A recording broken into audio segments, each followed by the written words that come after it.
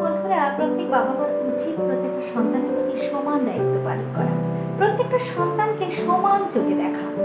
কখনো কখনো এমন দেখা যায়, পারিপার্শ্বিক পরিবেশের দিকে চোখ রাখলে আমরা দেখতে পারি কিছু কিছু ফ্যামিলিতে দেখা যায় যে প্রত্যেকটা সন্তান অনেকগুলো একটা মানুষের সন্তান একটা মধ্যবিত্ত ফ্যামিলিতে বিলং করে।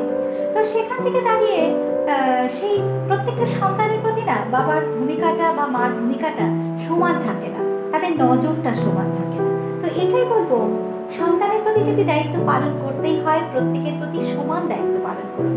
আপনার দায়িত্ব পালন করাটা যেন সমাজের চোখে লোক দেখানি না হয়, এটাই বলবো। তাহলে দেখবেন প্রত্যেকটা সন্তানের কাছে আপনারও একটা বা আপনাদেরও একটা গ্রহণযোগ্যতা থাকবে।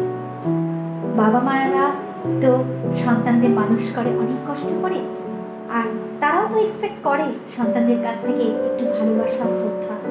তো সেটা পেতে গেলে না সকলকে সমান চোখে দেখতে শিখুন, সকলের প্রতি সমান দায়িত্ববান হন। দেখবেন সকলেই আপনাদের প্রতিও সমান কর্তব্যপরায়ণ হবে এবং আপনাদেরকেও সমানভাবে ভালোবাসবে। তাতে কি হবে, আপনার ধরুন 4টে কি 5টা কি 2টো কি 3টে সন্তান রয়েছে, সেখানে একে অন্যের প্রতি হিংসা বিদ্বেষ তৈরি হবে না। আর প্রত্যেকটা সন্তানের বিপদে পাশে দাঁড়াতে পারবে।